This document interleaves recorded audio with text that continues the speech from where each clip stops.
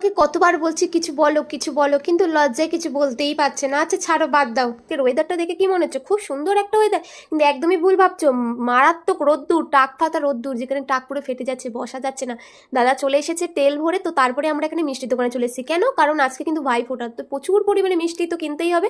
কারণ সোজা চলে যাবো মামার বাড়ি। মামার বাড়িতে কিন্তু প্রত্যেক বছরই কিন্তু আমাদেরকে ফোঁটা দিতে হয় আমার মামার ছেলেদের। তো এখানে কিন্তু সেই সব কিন্তু কেনাকাটাই চলছিল, ঠিক আছে।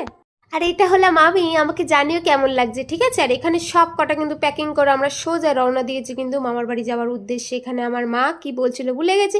তো রাস্তাটা কিন্তু খুবই সুন্দর লাগছিল, দেখে মনে হচ্ছিল কি সুন্দর পরিবেশ, কিন্তু একদমই না ভাই, রোদ্দুরে মাথা ফেটে যাচ্ছিল, এত গরম এত গরম, তাকানো যাচ্ছিল না। তারপরে সবাই চলে এসছে এখানে। প্রথমেই আমার বৌদি কিন্তু তার ভাইকে কিন্তু দিয়ে দিয়েছে, ভাই বলতে এটা কিন্তু সে কিন্তু তার দেওর সম্পর্ক, এখানে সবাই তাই।